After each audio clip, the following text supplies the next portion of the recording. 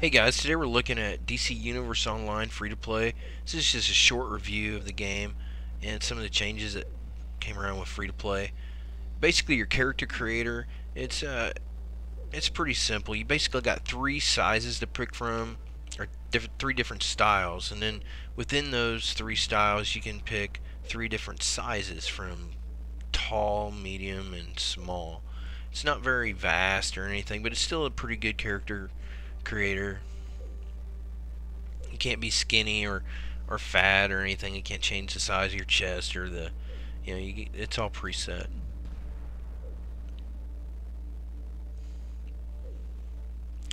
After you do pick your character, you'll be able to pick between a mentor, hero, and villain. Hero is Superman, Batman, and Wonder Woman, and villain is the Joker, Lex Luthor, and Cersei.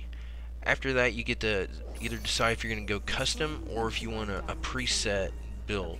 Like, you can pick between Batman, Superman, Catwoman, Lex Luthor, and these are based off the DC comic, iconic characters, and they try to give you the power that best represents them, and they do a pretty good job.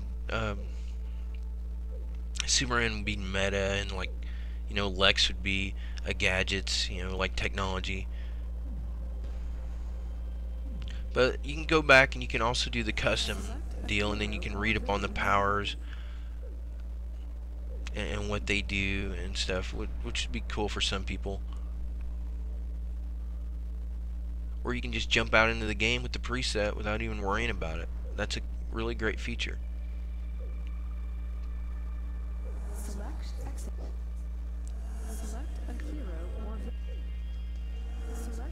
These are some of your stances. You got powerful, serious, primal, flirty, and comical.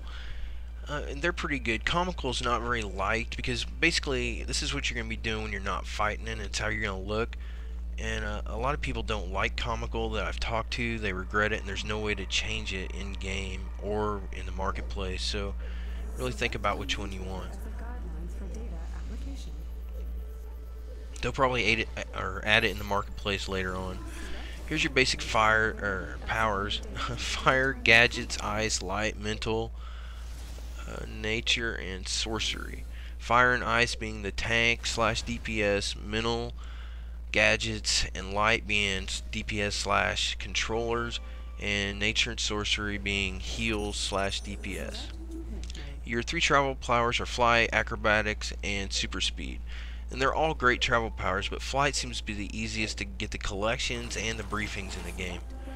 Your weapon types are bow, brawling, dual pistol, dual wield, hand blast, martial arts, two-handed, one-handed, rifle, and staff. These are really good visuals, and the combos, as you rank up, are really awesome in the game. The graphics are definitely excellent, and the combos are pretty easy to get off.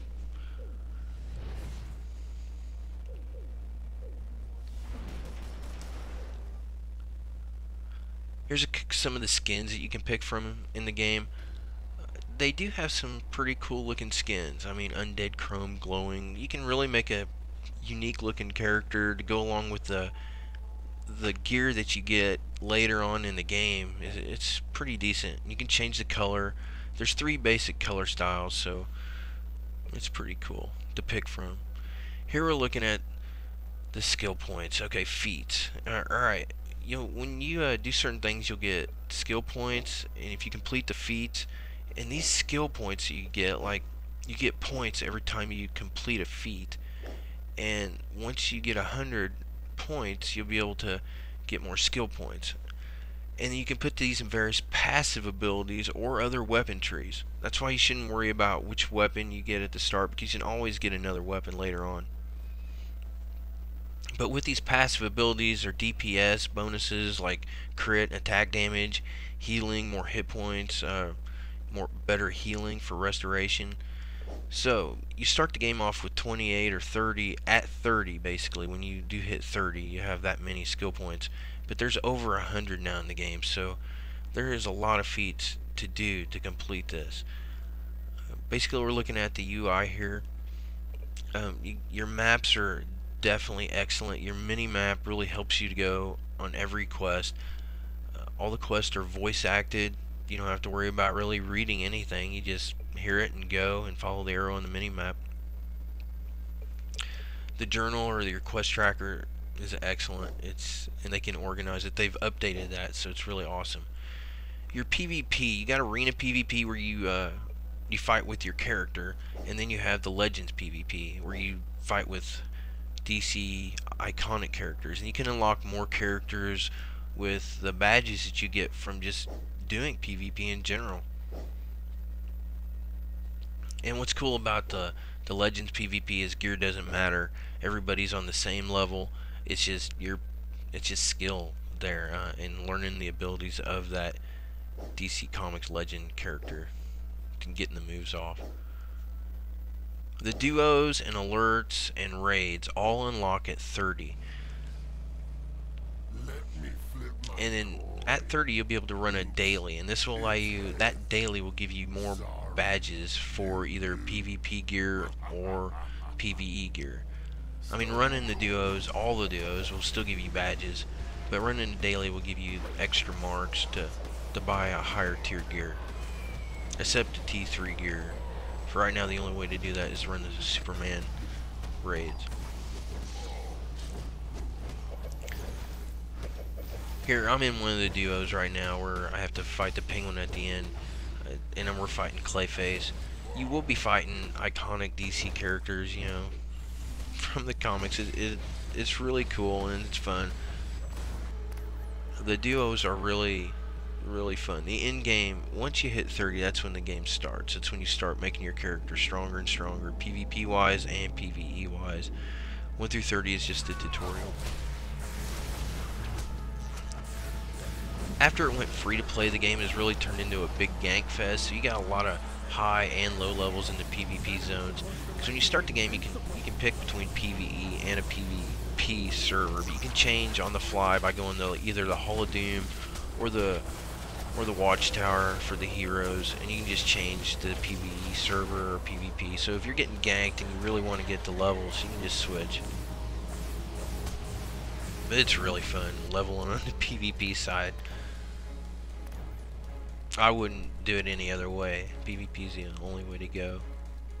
It's nice looking over your shoulder all the time while you're leveling. It makes the game a lot more fun. Here I'm showing you some of the Legends PvP with Batman.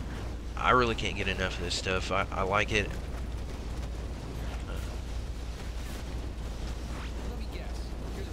I mean, once you get good with one of your characters, and it really gets to be more fun. It just takes a lot of practice, and it's a good way to farm badges. I mean, the gear doesn't matter. The arenas, it's best to farm some gear before you even attempt those, because these guys, some of these guys got the highest tier PvP gear, and they are just farming it. I mean, so it's a good idea just to get just to do the Legends for a while before so you can get a full set.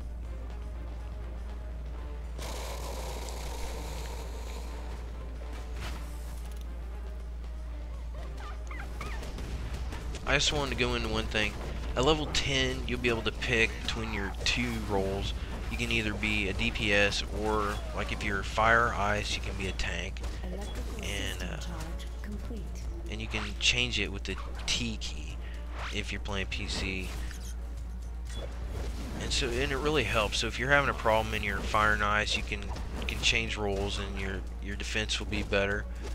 And if you're a healer, you know, sorcerer or nature, you can change the heals, and it'll help you while you're leveling, because your heals really stand out when you change role. So just remember to do that.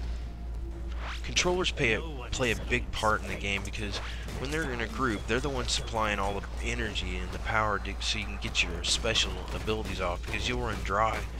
And the way that you regenerate power is to get the weapon combos off, and it's a good way to do it. So you have to get your weapon combos off, and that generates energy, and so that'll help the controller out who's supplying the group. So everyone plays their special part in the game, and it's really fun, and they did a great job doing it. The raids are fun, and the graphics are really awesome. Metropolis and Gotham City are very well done. They're vast, and just the graphics are excellent from the buildings. And they're going to be adding more content and opening it up for more PvP and PvE missions. The next DLC is going to be with the Flash, so I'm looking forward to that.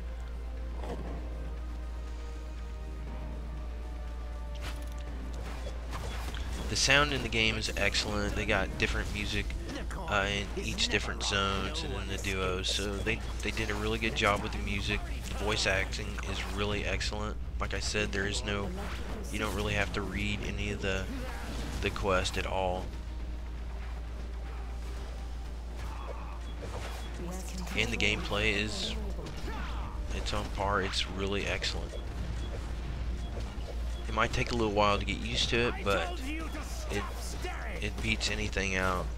It plays like a console and like an MMO, so it's really like a PC MMO. It's really excellent game. Well, if you guys like the review, go ahead and like and subscribe, and thanks for watching. Alright, later.